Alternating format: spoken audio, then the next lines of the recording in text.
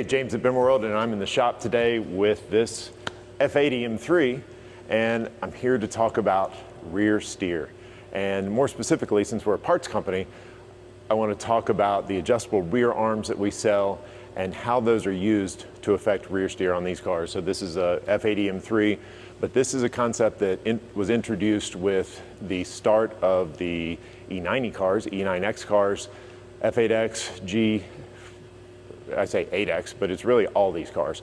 It's all the cars when BMW switched to a multi-link rear suspension and all of a sudden gave us all these adjustments. So this is near and dear to my heart because I remember learning these things back in 06, 07 when we first brought out our touring cars.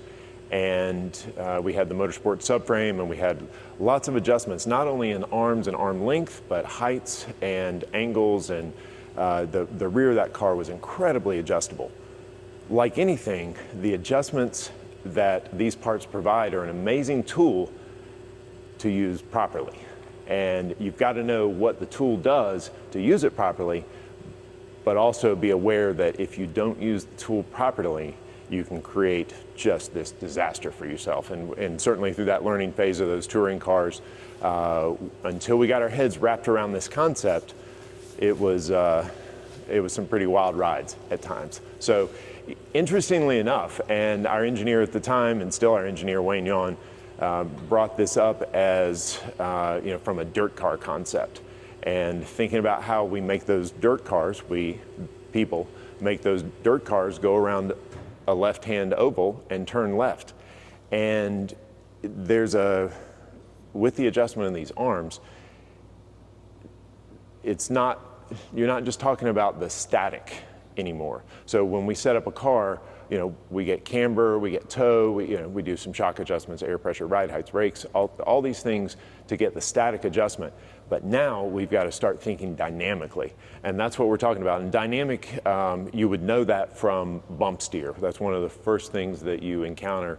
And usually when we talk about bump steer, we're talking about the front of the car and what happens with the toe adjustments as the front of the car or the front suspension compresses or droops. Now we're talking about bump steer in the rear of the car. So just rough concepts. What I would want a car to do is be stable under braking. And we know from statically and thinking about older BMWs that stable is toe in. That's how you make a car stable in the rear. You toe it in. And if I want to free up a car a little bit, I toe it out. So we need to think about this no longer in a static point of view, but a dynamic, not just sitting on the scales. What happens when this thing is in motion?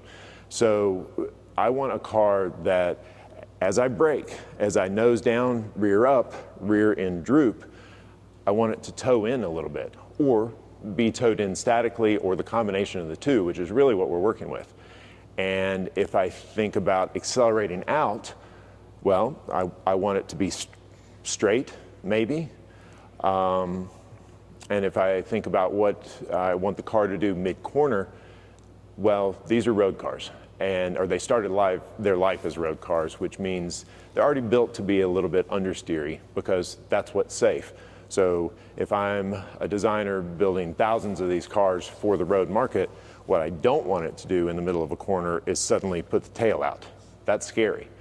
But if I'm driving a race car and I have a car made to understeer because that's safe, and I'm mid-corner and I can't ever get rid of that understeer, I might want it to steer out a little bit. So, and this is a huge concept. This straight line, this braking, rear end droop, toe in, gives me the stability in braking.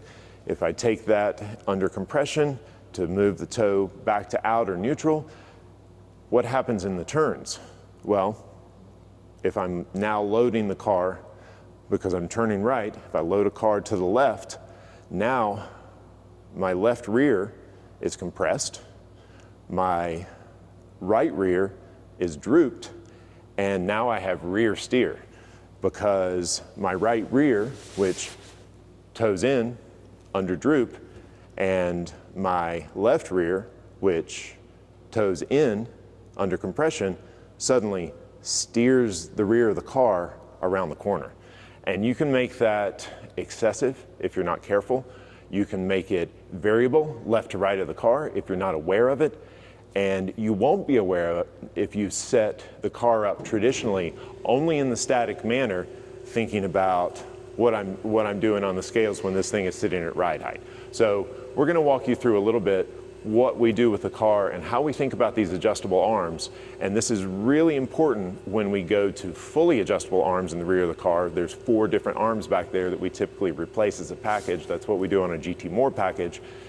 And while we give you prescribed lengths for the arms, let's talk a little bit about what the arms do and how, once we do have those adjustable arms, we're no longer just stuck with 2 eccentrics on the back of the car to adjust camber and tow independently and really only thinking in that static manner.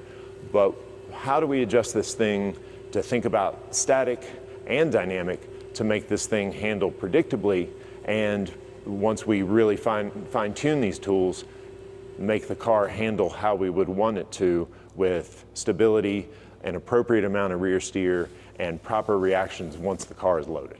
So we're going to walk around, we're going to look at the arms in the rear of the car. Jason Marks, crew chief, has been for years. I'm going to call him my resource here because this guy's been through it with me, and it's a lot. So Jason, we got 4 arms back here. We've replaced all 4. You start with prescribed lengths. I mean, that's no reason to reinvent the wheel. Once you get rid of the toe adjustment here on the back arm through the eccentric and the camber adjustment on the lower spring arm, which, by the way, we keep the factory lower spring arm in a lot of applications, what do you do with the rest of these arms? How do you affect what you're trying to accomplish in the back of the car with 4 arms and a plethora of potential opportunities for failure or success? That's right. Well, we've got fancy gauges and dial indicators and a whole big thing we put it through. We'll take out the rear shock and run the suspension through some sweeps of compression and droop and measuring those things. So basically, like you do with the front of the car, we're bump steering the car. Correct. Right? We're setting it at ride height with no spring involved so that we can get the compression, we can get the droop, and then we measure toe at what, 1/4 inch increments, around 2 inches of droop, 2 inches of compression, and that way you can see how the toe is moving, and we're talking about toe, how the toe is moving through that range of sweep.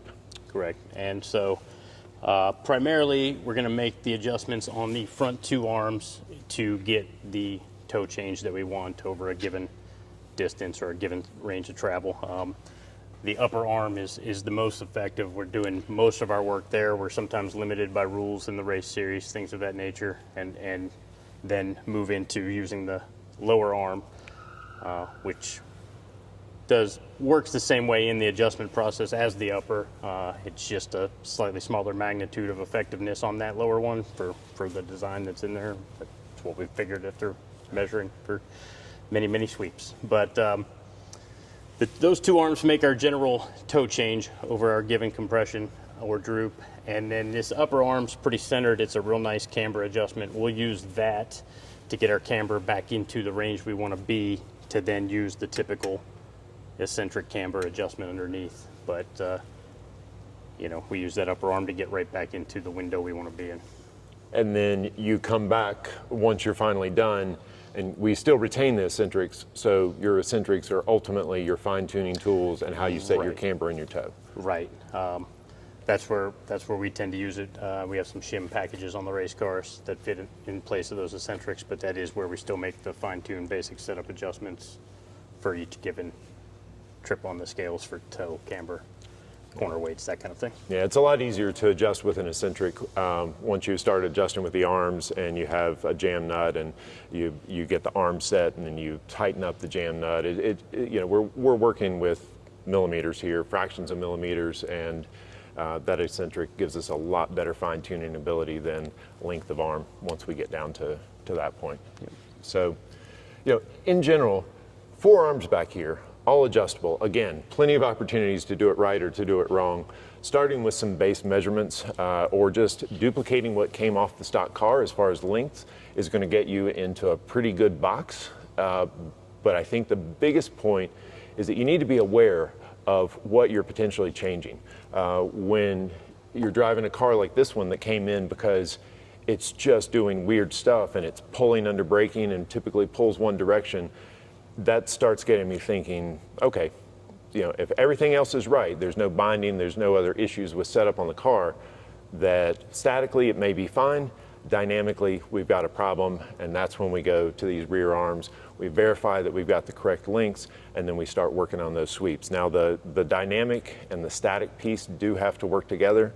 I still generally look for a little bit of toe in statically, and then dynamically, I guess the easy answer is if you want a solution that always works dynamically over your range of adjustment, over your range of heights, your range of droop and compression, you know, zero change or thereabouts is going to mean that your static number remains your toe steer number or your dynamic number, because you don't have a dynamic effect. But once you really start dialing these things in, then maybe I want, you know, maybe even more aggressive static in with some more aggressive dynamic toe steer, which changes that as the car moves through its range of motion, as the car is rolling, and then as we're braking, you know, it only serves to dynamically make that thing even more stable. Nothing better than a car that just absolutely brakes in a straight line and then puts the power down to the best of its ability without the tires slipping, because they're both pointed going forward, no toe, so no slip angle already induced with the suspension alignment. So great tools, don't be afraid of them. I mean, easy to start in the right box by just making sure these things are either the prescribed lengths that we'll give you when you buy the full arm package, or they match the stock arm that you're replacing. Don't be afraid to get in there, do the work, do the bump work, and figure out how to make these things work for your application.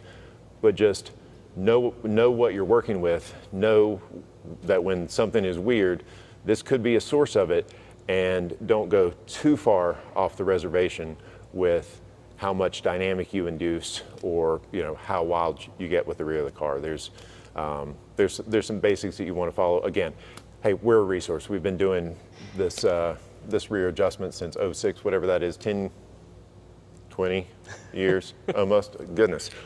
So anyway, we've been working with these BMWs with multi-link rears for a while. We do know the answers. Give us a call. If you like what you've seen today and you learned something, like, subscribe for more of that, because we're technically minded and we love sharing what we know with you. Thanks for watching.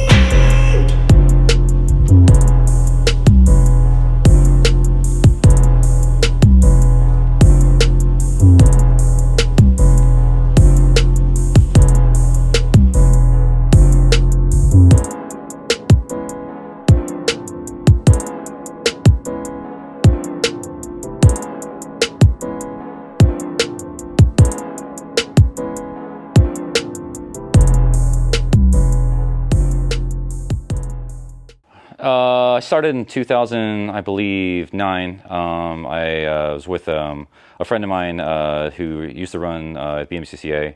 I ran a Mustang Cobra, a Terminator Cobra. It was pretty neat. I think we made it up to Yellow Group, and I moved out of Raleigh, and then took a hiatus for about 7 years. And then I started back up, I think, when I came to the current shop I'm at. And I had an E36, a 96 E36 with like 160 horsepower to the tire, which is pretty pathetic.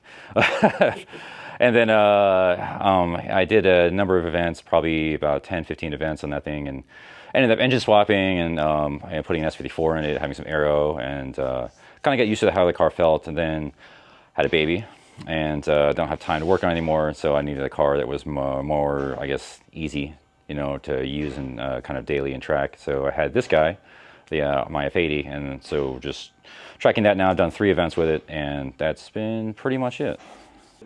Oh, it was bone stock. It had 20,000 miles on it. It's all in a box right over there, right under there. I didn't think I needed anything too wild. it was stock low miles. I think I took it out for one event on I think Nanking CRSs, and it was kind of all right. It was very different from my E36. Very heavy, the back end's a little bouncy. I had a nice suspension. I had MCSs on my E36, and it was a much better driving car than this was stock. Not that this wasn't capable, but it's just I was used to it. Stock tune, right? Is that what you were saying? Yeah, it's bone stock. Bone stock. Yeah, so I need to. It's all stock. It's all stock. It's a CS, so it's which is arguably like a little silly to like do this to a CS. I took all the CS parts, put them in a box, and it's like, oh, congratulations. I'd love to take it and I think get a tune at some point to make it more, I guess, easy to use on track. I believe Motive. There we go. Motive was the guys I wanted to do, and I just need to drop it off at with Cabinet Flim Flam and just go, hey, cool. I just need to get around to it, As always. Yeah, right. Yeah. Well, it was supposed to be a go take the wife to get ice cream car, and that kind of once I sold the E36, that kind of slowly devolved into basically just hucking money at it, so to speak. I love to be in the like kind of 158s if they are full. I'm not there as a driver yet. I need to get there. I'm lacking some of the repetition, I guess, or the skill, or probably a little bit of everything, honestly. I don't, I'm a technician by trade. I don't like drive every day, right? I would like to be, I heard in the rumor mill that James Clay was somewhere in the low twos with a similar setup. I think with, I want to say is Hoosiers, I believe. And I like to be like 2 seconds off of that, and which would be cool for me to start adding more things into it. But I really, realistically, I like to have a good fun track car that I can just have AC, really, and not have to wear a fire suit. That would be awesome. Yeah. Oh, so I have the three-way remotes, and I have the entire GTMore setup, which is pretty much every SBL arm under the sun. I have the Alcon brakes because we do like to stop. I'm a big fan of that. That's safety money. That's not a problem at all. Just whatever. I know the Phil said the F80 brakes were still pretty good, so to speak. I was like, hey, whatever. And I think even though my E36 I was burning through, I had a stop tech set up, and I was just initially, and I was just burning through pads every like other weekend. It was just roasting them.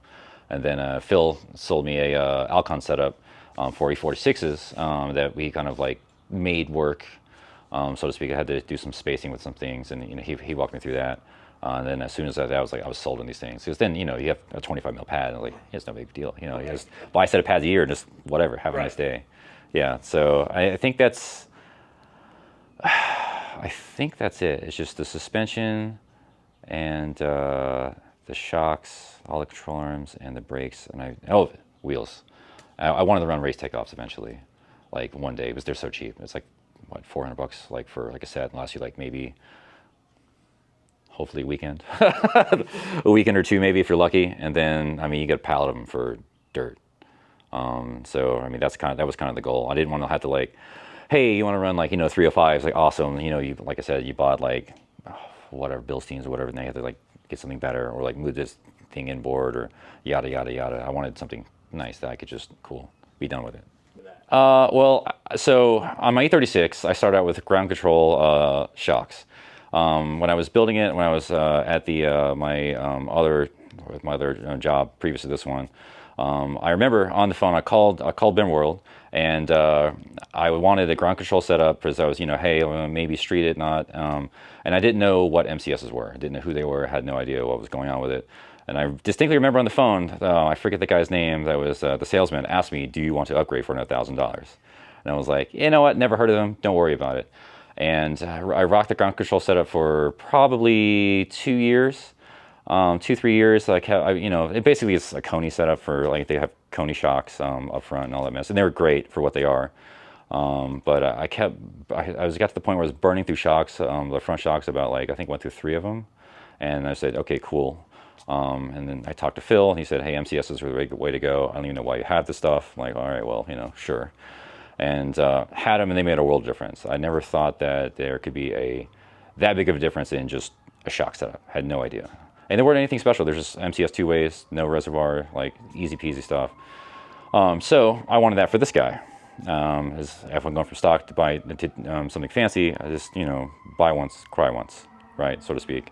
I'd rather have something nice I can grow into rather than buying, you know, hey, we'll buy this shock setup, buy that, then upgrade, yada, yada. I'd rather have just go big, go home. Fair enough. So, Oh, yeah, yeah, here. Hey, come on, yeah, go on, yeah. Yeah. Hey, this is Eddie. What's going on? Hi, Eddie. Yeah, right, yeah. The B-roll. This is the face of the shop right here. Yeah, just wave high.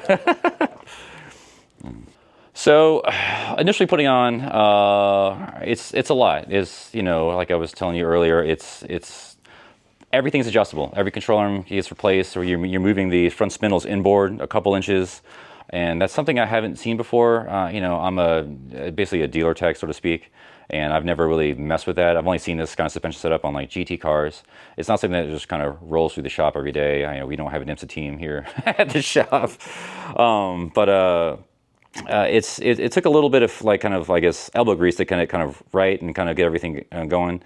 I remember Phil gave me kind of a general idea of like, hey, you know, here's some arm lengths, here's some general setup, initial setup stuff, and you kind of dial it in as you go. And we had got it, I'd say most of the way there. I think we got on track, and it was a little squirrely in straights, kind of like when you're going, I guess, the back straight. When you go to pass somebody, the car would kind of dart in, dart out, and under braking, the rear end would just kind of do what it wants to do, like just whatever it wanted to do, which is a little bit unnerving at you know, 160 or so. It's not really fun. So we messed with it a couple times, and I just don't have like the experience working on like the GT setup stuff. Like, you know, when you one or two control arms you can adjust, sure, fine. Coilover stuff, no problem. But anything that's like this intricate and this like serious and this robust, it's a little bit above my pay grade. So we just took it to BimmerWorld, down, like, you know, called Phil, hey, you know, how's it going? And then just brought the car to him, and they had it in and out in like a week, and it's been solid since then. Absolutely solid. Yes. how'd that go? Great. It's much more controllable. It's doing everything I want it to do. You know, straightaways are perfect. Braking is perfect. You know, it's got a lot of rear kick to it, but I think it's just kind of how the F80 is. And some of this stuff is also me. You just need to get used to how they drive the car, so to speak. I'm coming from E36, light cars, like 2,800 pounds with me in it, with aero. This is a lot more than that without aero. So it's just, it's definitely a learning curve. Like I said, it's only been 3 events with it. And I did shave 3 seconds off from the alignment, before the alignment to the after the alignment, which was nice. It's just much more controllable and getting used to it and everything. So it's, I don't know, I have no complaints at all. Great. The future, so like I said, I'd love to shave off like another 2 seconds, 3 seconds off of kind of where I'm at, get more comfortable with the car. And then I'd love to have the GTMore Aero on there. I had to just go ask my handler, my wife, about that. But it'd be nice to have the Aero again. And it's probably some safety stuff. But I'd love to be, my friend rocks a GT4S, and he's hitting, I think, 158s pretty consistently. And I'd like to be in that ballpark eventually. That's kind of the goal for it. But I don't have really any other crazy plans with it, other than just kind of keep it mostly stock-ish on the inside, and then go from there. Cool. Mm-hmm. But I think that's it. Maybe some safety stuff. If I start kissing like 201, Right. that'd be probably a little scary doing 3 points. It's a smidge. I mean, you guys are right there. You're close. I mean, you guys are personable. The customer service is great. I mean, I get parts next day. I mean, I don't know. I like everything about BimmerWorld. I mean, it's been good to me. I mean, you guys have great suggestions. Everything you guys have suggested has worked. So, I mean, I don't see why it wouldn't be. I guess that's a terrible answer. It's a lot of rambling. I don't know. You guys are awesome. I mean, you guys have done pretty much, you know, so much for us, and it's really nice to like have the advice, kind of, for lack of a better word, like at a phone call away. Yeah. You know, it's been solid. Yeah. Ready to go? Should be an awesome race weekend. We are ready to kill it this year. It's good. It's going to be a wild ride.